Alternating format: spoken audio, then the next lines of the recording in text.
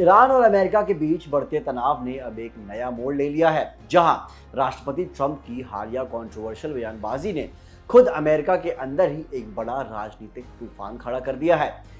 Trump द्वारा Iran को पूरी तरह खत्म करने की धमकी और वहां के नागरिक ठिकानों यानी सिविलियन इंफ्रास्ट्रक्चर को निशाना बनाने की बात कहने के बाद अमेरिकी संसद में उन्हें पद से हटाने की मांग तेज हो गई है। कई डेमोक्रेटिक और पूर्व रिपब्लिकन नेता अब अमेरिकी संविधान के 25वें संशोधन यानी 25th अमेंडमेंट को लागू करने की वकालत कर रहे हैं ताकि ट्रंप को उनकी कुर्सी से हटाया जा सके। इन नेताओं का तर्क है कि ट्रंप को ये आक्रामक भाषण न केवल इंटरनेशनल लॉज का उल्लंघन है बल्कि अमेरिका की नेशनल सिक्योरिटी के लिए भी एक गंभीर खतरा बन चुकी है। अब पूरी दुनिया की नजरें व्हाइट हाउस पर टिकी हैं कि क्या ये राजनीतिक खींचतान ट्रंप की विदाई का कारण बनेगी या नहीं।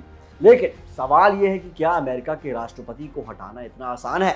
इसका जवाब छिपा है इम्पीचमेंट की प्रोसेस में, जो कानून और राजनीति का एक अनोखा मिक्सचर है। अमेरिकी संविधान के मुताबिक अगर राष्ट्रपति ट्रीजन यानी देशद्रोह, ब्राइबरी यानी रिश्वतखोरी या किसी बड़े मिसकंडक्ट में शामिल पाए जाते हैं तो उन्हें पद से हटाया जा सकता है। हालांकि मिसकंडक्ट की कोई भी फिक्स परिभाषा नहीं है, जिससे ये मामला काफी हद तक पॉलिटिकल हो जाता है।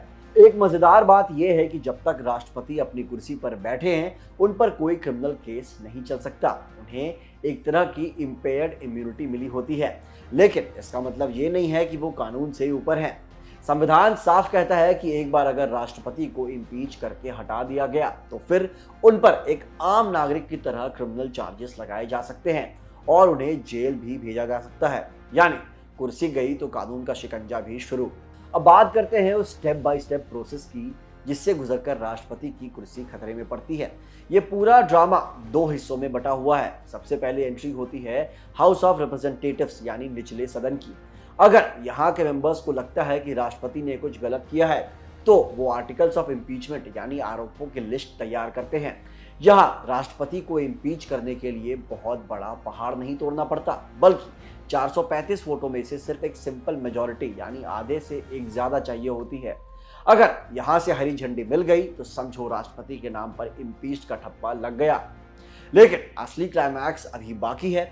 इसके बाद मामला पहुंचता है द सीनेट यानी ऊपरी सदन के पास, जिसके पास महाभियोग की सुनवाई करने की इकलौती पावर है। यहाँ का नजारा किसी फिल्म के कोर्टरूम जैसा होता है, जहाँ खुद यूएस सुप्रीम कोर्ट के चीफ जस्टिस जज बनकर बैठते हैं और पूरे ट्रायल को लीड करते हैं। यहाँ राष्ट्रपति को दोषी ठहराकर पद से हटाना लोहे के चने चबाने जैसा है, क्योंकि इसके लिए सीनेट में 2/3 मेजॉरिटी यानी 100 में से कम 67 वोट्स की जरूरत होती है। जब तक वो जादुई नंबर 67 नहीं मिलता तब तक राष्ट्रपति अपनी कुर्सी पर बने रहते हैं। तो आप समझ सकते हैं कि ये रास्ता कितना लंबा और मुश्किल है। इम्पीचमेंट के अलावा राष्ट्रपति को हटाने का एक और रास्ता है जिसे 25वां संशोधन यानी 25th अमेंडमेंट कहा जाता है। इसे 1967 में जॉन एफ कैनेडी की हत्या के बाद संविधान में जोड़ा गया था ताकि सत्ता के ट्रांसफर को लेकर कोई कंफ्यूजन ना रहे। इसके 4 प्रमुख सेक्शन हैं। सेक्शन 1 और 2 बताते हैं कि राष्ट्रपति की मौत या इस्तीफे के बाद उपराष्ट्रपति कैसे कमान संभालेंगे। असली पावर सेक्शन 3 और 4 में है। सेक्शन 3 के तहत राष्ट्रपति खुद लिखकर अपनी पावर उपराष्ट्रपति को सौंप सकते हैं, लेकिन सेक्शन 4 सबसे खतरनाक है। इसमें उपराष्ट्रपति और कैबिनेट मिलकर लिखित में ये डिक्लेयर कर सकते हैं कि राष्ट्रपति अपने पद के लिए अनफिट है, जिसके बाद उपराष्ट्रपति तुरंत एक्टिंग प्रेसिडेंट बन जाते हैं।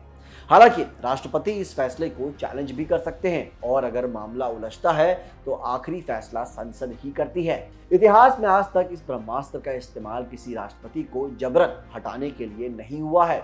यहाँ तक कि पूर्व उपराष्ट्रपति माइक पेंस ने भी एक बार देश में फूट पड़ने के डर से इसे इस्तेमाल करने से मना कर दिया था। तो दोस्तों, अब आप समझ ही गए होंगे कि अमेरिका के राष्ट्रपति की कुर्सी को हिलाना आसान तो है, लेकिन उसे पूरी तरीके से छीन लेना लगभग नामुमकिन सा काम है। एक तरफ संविधान की पेचीदा गलियां हैं तो दूसरी तरफ है जबरदस्त राजनीति यानी पॉलिटिकल पावर। ट्रंप के खिलाफ उठती आवाजें और 25th अमेंडमेंट की ये मांग क्या वाकई हकीकत बनेगी? क्या इतिहास इस बार खुद को दोहराएगा या फिर ट्रंप एक बार फिर सुरक्षित निकल जाएंगे? ये तो आने वाला वक्त ही बताएगा। लेकिन एक बात तो साफ है कि व्हाइट हाउस और ईरान के बीच ये जंग अब सिर्फ सरहदों तक नहीं रही बल्कि वॉशिंगटन के गलियारों तक पहुंच चुकी है। इस पूरी खबर पर आपकी क्या राय है? क्या आपको लगता है कि राष्ट्रपति ट्रंप को पद से हटाया जाना चाहिए? हमें कमेंट्स में अपनी राय जरूर बताएं। फिलहाल के लिए बस इतना ही, मिलते हैं अगली वीडियो में। जय हिंद।